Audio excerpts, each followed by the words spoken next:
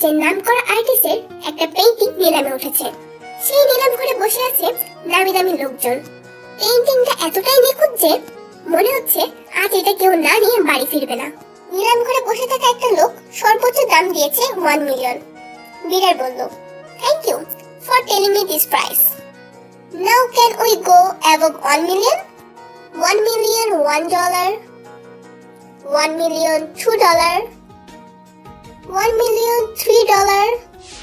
Is there anyone who can tell me the price on this? 5 million.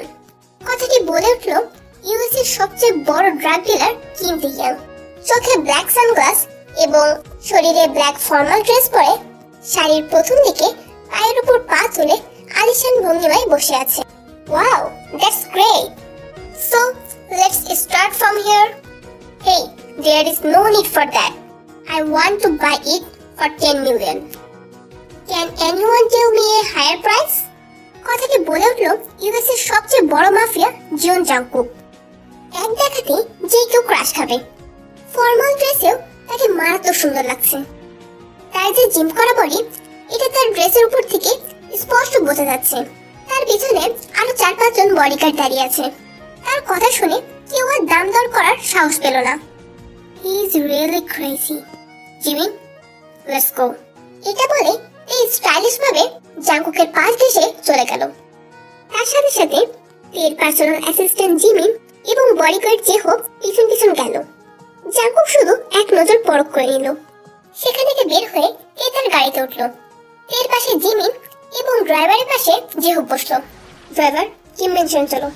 আমি কি তোমাকে বলেছি যে আমি কিম মেনশনে যাব? সরি ম্যাম, তাহলে কোথায় যাবেন? অফিস।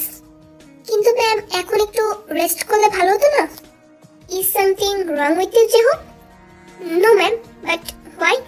তুমি খুব ভালো করে জানো যে আমার মুখের উপর কথা বলা আমি মোটেই পছন্দ করি না। Sorry ma'am. নেক্সট টাইম এমন ভুল যেন না হয়। Okay ma'am. কথাটি শেষ হওয়ার সাথে সাথে ইউএস এর রোড দিয়ে সাই সাই করে তের মার্সিডিজ ছুটে থাকলো। কিছুক্ষণের মধ্যে তের মার্সিডিজ কিম কোম্পানির সামনে এসে দাঁড়ালো। সাথে সাথে কিছু বডিগার্ড গাড়ির দিকে ছুটে আসলো এবং গাড়ির দরজা খুলে দিল এবং সেখান থেকে স্টাইলিশ ভাবে হেঁটে অফিসের ভিতর ঢুকলো। সবাই দেখে দেখে দাঁড়িয়ে পড়লো এবং সম্মান জানাতে ব্যস্ত হয়ে পড়লো। এই সোজা কন্ট্রোলিং রুমে ঢুকে পড়লো। সেখানে ঢুকতে সবাই দেখে দেখে দাঁড়িয়ে পড়লো। Good morning ma'am. Good morning ma'am. Good morning. How are you all? We're fine, ma'am. And how are you, ma'am? I will only be good when you are work well. Understand? Yes, ma'am. So, tell me, how is work going? Everything is fine, ma'am. সাথে সাথে জিও একটা আলিশান chair তের দিকে এগিয়ে দিল এবং Jimmy একে সবকিছু দেখাতে থাকে। কিছুক্ষণ পরে জিমি বলে ওঠে, ম্যাম। এই স্ক্রিনে চোখ রেখে জিমি ক্যান্সার করে। ইয়েস, মাফিয়া জিওন জাংকুক আপনার সাথে মিট করতে চাই। ওনার রিসেন্ট কিছু ড্রাগস লাগবে। Mafia Jeon Jungkook. Okay, let's go. তে উঠে যেতে জিমি তার পিছন পিছন আসে এবং তে তার পার্সোনাল কেবিনে আসে।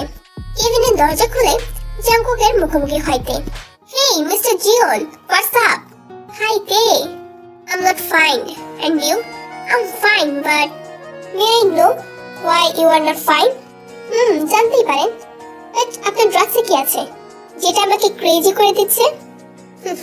হাসালেন মিস্টার জিওন, এটা তো ক্রেজি করে দেওয়ার মতো একটা জিনিস। Yeah, I know that, but we are all know that your things are different. Oh, really? Yeah. কি কি লাগবে বলেন, জিমিন যে নিয়ে আসবে, বা আপনার কোনো লোককে জিমিনের সাথে পাঠাতে পারেন। আমাদের গোডাউনে যে ভালো মতো দেখে শুনে নিয়ে আসুক। ওকে, সুগা। Yes sir. মিস জিমিনের সাথে যাও। Okay sir. Time skip. একটা নির্জন রাস্তায় একটা ছেলে প্রাণপণে দৌড়াচ্ছে। শেষ রক্ষা হলো না ছেলেটার। দৌড়াতে দৌড়াতে রাস্তায় হুমড়ি খেয়ে পড়ে গেল। আর তখনই 4-5টা গাড়ি তাকে ঘিরে ফেললো। গাড়ি থেকে কয়েকজন কালো স্যুট পরা লোক নেমে এসে ছেলেটাকে গাড়িতে তুলে নিল এবং কিছুক্ষণের মধ্যে কিম তে-ইয়াং এর সামনে উপস্থিত করলো। এরকম আরো 2-3 জনের তেল লোকেরা ধরে নিয়ে আসলো।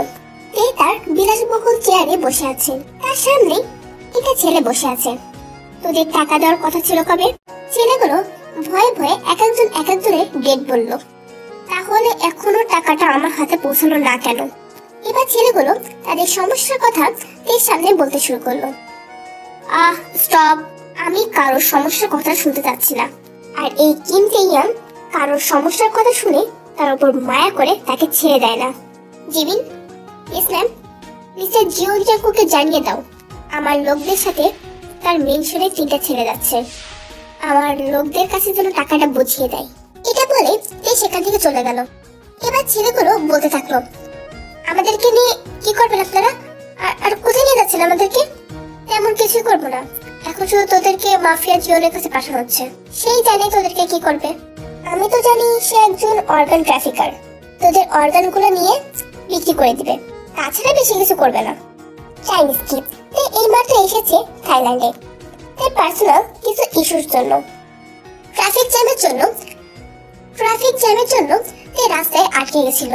বাইরে চোখ মেলাতে তের গাড়িটার পিছন দিকে জাঙ্কুকের বিএমডব্লিউ লক্ষ্য করেতে। চাইনিজ কিপ গত 3 মাস ধরে এতে স্বদেশ করে বেড়াচ্ছে, অনেক ব্যস্ততার মধ্যে তার দিন যাচ্ছে। আর এই ব্যস্ততার মধ্যে সব জায়গাতে তে জাঙ্কুকে দেখতে পাচ্ছে। Jimin, yes ma'am. By any chance mister Jeon কি আমাকে ফলো করছে? ম্যাম, এটা তো আমি শিওর না, যত দ্রুত সম্ভব আমাকে শিওর হয়ে জানাও। Okay ma'am. তে এখন জাপানে আছে, সে তার কাজ শেষে একটা 5 স্টার রুম বুক করলো। তে শাওয়ার নিয়ে বের হয়ে ব্যালকনিতে যেয়ে জাপানের প্রকৃতি উপভোগ করছিল। ঠিক এই সময় জিমিন আসে। ম্যাম, আমি বলেছিলাম যে আমি এখন রেস্ট নেব, কেউ যেন না আসে। কথাটা কি ভুলে গেছো? সরি ম্যাম, বাট ইনফরমেশনটা খুব জরুরি ছিল। কি ইনফরমেশন? দ্রুত বলে বের হয়ে যাও। বর্তমান কাই আপনার সব ধরনের ইনফরমেশন মিস্টার জিওনকে দিচ্ছে, এর জন্যই মূলত মিস্টার জিওন আপনাকে ফলো করতে পারছে। ও আই সি। মিস্টার জিওন আমাকে ফলো করার কারণ? যতদূর জানতে পারলাম সে নাকি আপনার উপরে খারাপ দৃষ্টি রেখেই ফলো করছে। লাইক সিরিয়াসলি জিমিনা, তার কি ভূতে ধরেছে? জিমিন থতমত খেয়ে গেল। হঠাৎ তের সরু চোখে কি যেন দেখতে থাকলো। তের দৃষ্টি অনুসরণ করে জিমিনও সেদিকে তাকায়। দেখতে পেল জাঙ্কুকের গাড়ি হোটেলের সামনে এসে দাঁড়ালো এবং জাঙ্কুক গাড়ি থেকে নামলো এবং সোজা হোটেলে ঢুকলো। এটা দেখে তের রাগ সপ্তম আকাশে পৌঁছে গেল। সাথে সাথে তে তার 2 হাত দিয়ে শক্ত করে ব্যালকনির রেলিং ধরলো। তার তরুণ ব্যালকনির পুরো রেলিং কেঁপে উঠলো। জিমিন কিঞ্চিত কেঁপে উঠলো। আমি কালকে ইউএসএ ব্যাক করব। ইউএসএ তে যেই ফার্স্টে আমি মিস্টার জিওন জাঙ্কুকের সাথে কথা বলবো। মিস্টার জিওনকে জানিয়ে দিও কথাটা। আর আমিও দেখতে চাই যে কাই আমার কত ইনফরমেশন মিস্টার জিওনকে দিতে পারে। নাও গেট লস্ট। চাইনিজ কি এই ইউএসএ ব্যাক করেছে এবং সোজা তার অফিসে ঢোকে এবং কাইকে খুঁজতে থাকে। কাইকে খুঁজে পেয়ে একটা ডেভিল স্মাইল দিল তে। কাই যেখানে বসে কাজ করছিল সেই টেবিলের উপর এই হাত দিয়ে জোরে একটা বাড়ি মারে। এক তরুণ কাই সহ আশেপাশে থাকা সব লোকজন কেঁপে উঠলো। কি মিস্টার কাই, ভালোই তো দিনকাল যাচ্ছে আপনার, তাই না? ইতিমধ্যে কাই ঘামতে থাকলো। কেন ম্যাম, এমনটা কেন বলছেন? এমনটা কেন বলছি ভালো করে জানিস তুই। কাই বিষয়টা বুঝতে পেরে তেকে ওভারটেক করে পালাতে থাকলো। তে আবারও একটা ডেভিল স্মাইল দিল। পালিয়ে যাবি কত দূর? সাথে সাথে তেও কায়ের পিছনে ছুট লাগালো।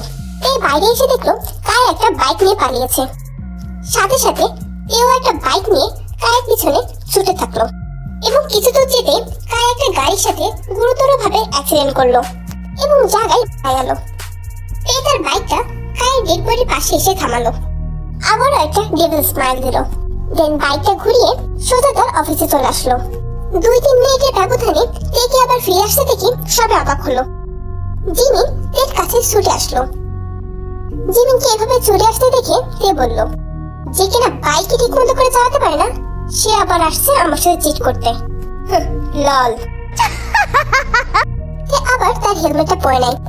জিমিন, মিস্টার জিওনের সাথে দেখা করতে যাবো, ফলো মি বলে ধুলো উড়িয়ে তে তার বাইকটা নিয়ে চলে গেল।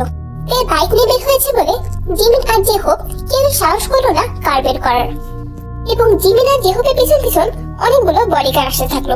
কিছুক্ষণের ব্যবধানে তে জিওন মেনশনের সামনে এসে দাঁড়ালো এবং বাইক থেকে নেমে সোজা ভিতরে ঢুকে গেল। আর পারমিশন নেওয়ার প্রয়োজন বোধ করলো না। তেকে এভাবে আসতে দেখে ইয়নহু দৌড়ে যেয়ে জাঙ্কুকের কাছে খবরটা দিল। এই যেই না জাঙ্কুকের কেবিনে ঢুকবে সাথে সাথে সুগা আটকে দিল। ম্যাম, স্যারের পারমিশন ছাড়া ভিতরে ঢোকা যাবে না। এই অগ্নিচক্ষু নিয়ে সুগার দিকে তাকালো এবং সাথে সাথে সুগা সরে গেল। দেখতে জাঙ্কুকের কেবিনে ঢুকে পড়লো। সুগা এবার জিমিনকে থামিয়ে দিল। তোমরা কেউ যেতে পারবে না। এই বিলাই, চল হাট। What do you mean by বিলাই? এই বিলাইটা আবার কি? বুঝেছি, তা আসলে বিদেশি বিলাই। সুগা তীক্ষ্ণ দৃষ্টি নিয়ে জিমিনের দিকে তাকিয়ে থাকলো। মেয়ে দেখলে কি আমরা তাকাতে কেমন চাই? আপনি সামনে থেকে সরেন তো, আমাকে ভিতরে যেতে দেন। না, ভিতরে যাওয়া যাবে না। বাট আমার ভিতরে যাওয়াটা অনেক ইম্পর্টেন্ট। সাথে সাথে ইউনহো জাঙ্কুকের কেবিন থেকে বের হয়ে আসলো। দেখছো, ইউনহোকেও বের করে দিছে। তাহলে নিশ্চয়ই তোমাকে ভিতরে যেতে দেওয়া যাবে না। এভাবে ইউনমিন তর্ক করতে থাকলো। অপরদিকে এই টেবিলে দুই হাত রেখে জাঙ্কুকের দিকে ঝুঁকে বলল, সমস্যা কি আপনার? কেউ যদি আমাকে ইচ্ছাকৃতভাবে তার বডি দেখায় আর তাতে যদি আমি হট ফিল করি, তাহলে অবশ্যই তো আমার সমস্যা আছে, তাই না? এই কথাটা বুঝতে পেরে দ্রুত সোজা হয়ে দাঁড়িয়ে পড়লো। দেখেন, আপনি যেটা করছেন সেটা কিন্তু মোটেই ভালো করছেন না। আজব তো, আমি এবার কি করলাম? আপনি এমন ক্যারেক্টারলেসের মতো আমার পিছু নিচ্ছেন কেন? মানে যেখানে দেখি সেখানে আপনি, এগুলোর মানে কি? আমি ক্যারেক্টারলেস? তাহলে তো ক্যারেক্টারলেসের কিছু বৈশিষ্ট্য থাকা দরকার আমার মধ্যে, তাই না? বলতে বলতে জাঙ্কুককে দেখে এগিয়ে আসলো। আপনি আমার দিকে আসছেন কেন? আমি নাকি ক্যারেক্টারলেস? তো ক্যারেক্টারলেসের একটু উদাহরণ দিই আপনাকে। Stop here. And what do you want? I want just you baby. What?